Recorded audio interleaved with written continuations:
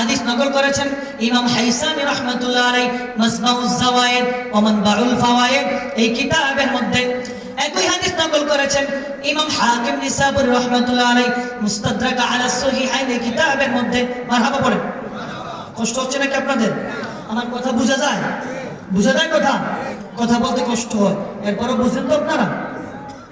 ভাইয়েরা আমার, বন্ধুরা আমার, ইমাম হাকিম নিসাবুরি মুস্তাদরাক আলা সহিহাইন এই কিতাবের মধ্যে হাদিস এনেছেন, জাআ আরাবিয়্যুন ইলা রাসূলিল্লাহি সাল্লাল্লাহু আলাইহি ওয়াসাল্লাম, একজন আরবি ব্যক্তি নবীর কাছে আসলো, এসে বলে, ইয়া রাসূলুল্লাহ, ইয়া হাবিবাল্লাহ, ইন্নী আসলামতু আরিনি শাইআন ইয নাদা বিহি ইয়াকিনা। ও রাহমাতান নবীজি, আমি নতুন ইসলাম ধর্ম গ্রহণ করেছি, আমাকে এমন কিছু আলামত দেখায়া দেন যে আলামত দেখলে পরে আমার ঈমান বেড়ে যাবে। আল্লাহু আকবার।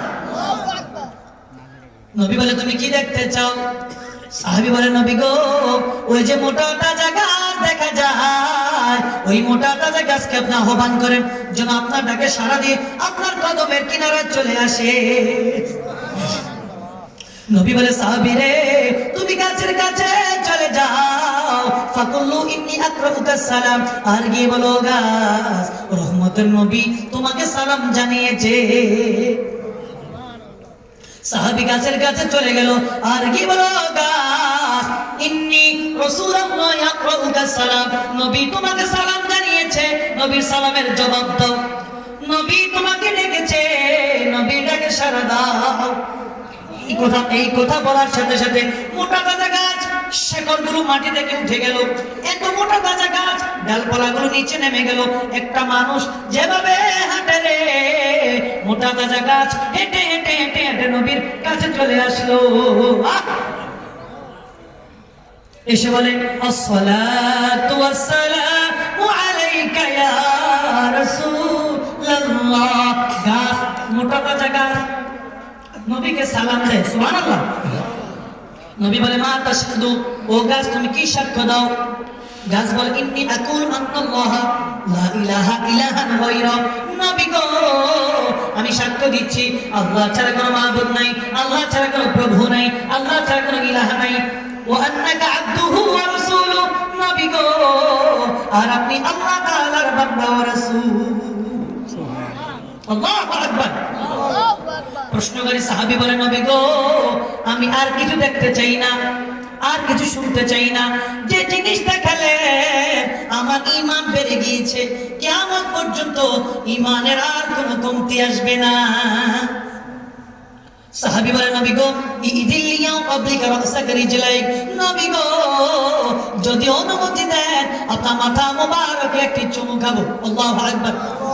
নবী গো, যদি অনুমতি দেন আপনার কদম মোবারকে দুটি চুমু খাবো।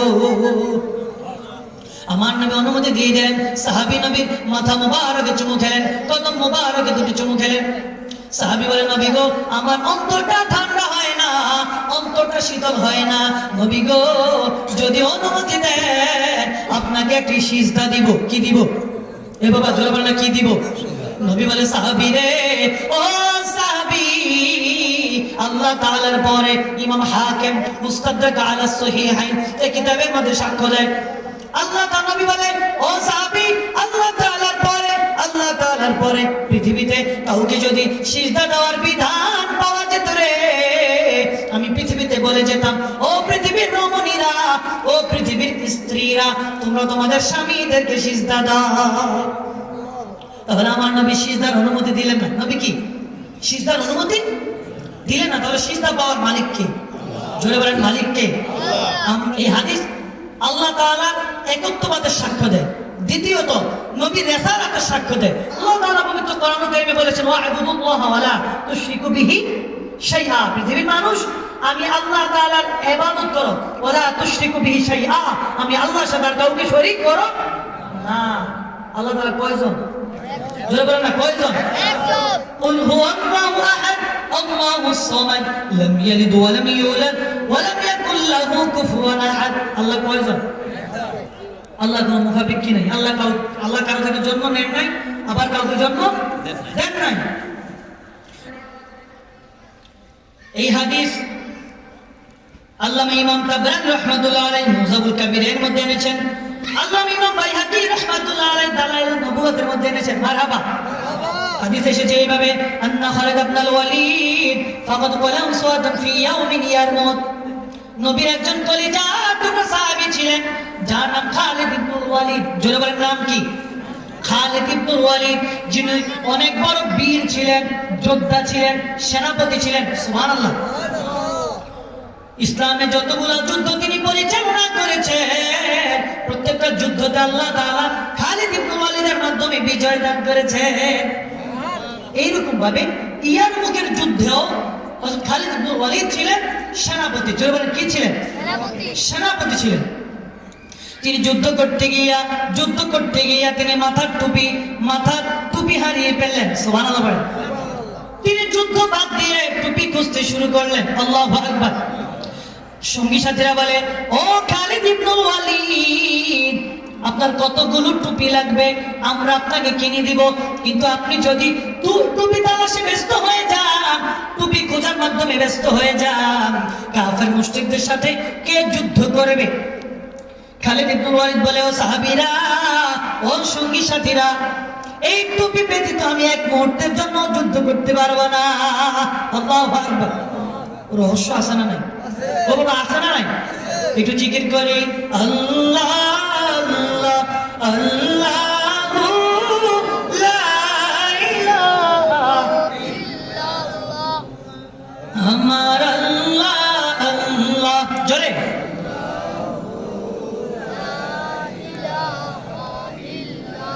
ও আমার আল্লাহ আল্লাহ। জোরে বাবারা। আল্লাহকে ডাকতে কষ্ট হয় নাকি আপনাদের? কষ্ট হয়? ও আমার আল্লাহ আল্লাহ,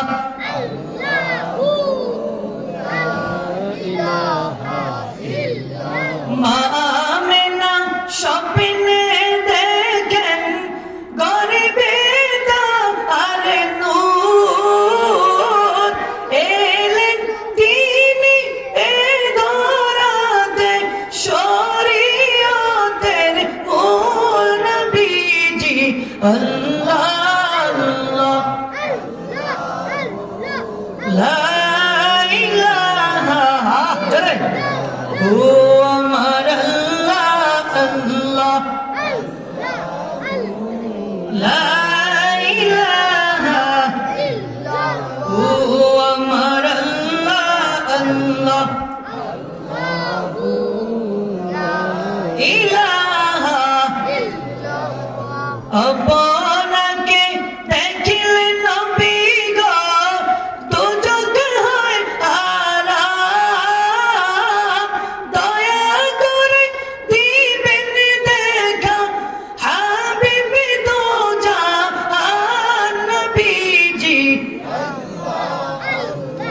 আল্লাহু লা ইলাহা, ও আমার আল্লাহ আল্লাহ,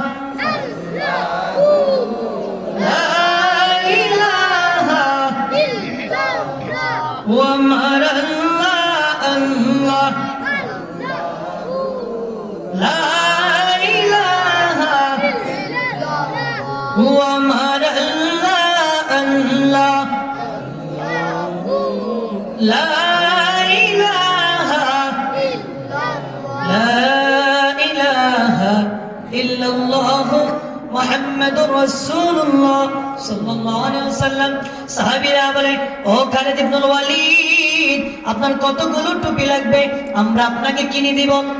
ও নবীর সাহাবী, আপনি যদি টুপি তালাশে ব্যস্ত হয়ে যান, কাফের মুশরিকদের সাথে কে যুদ্ধ করবে?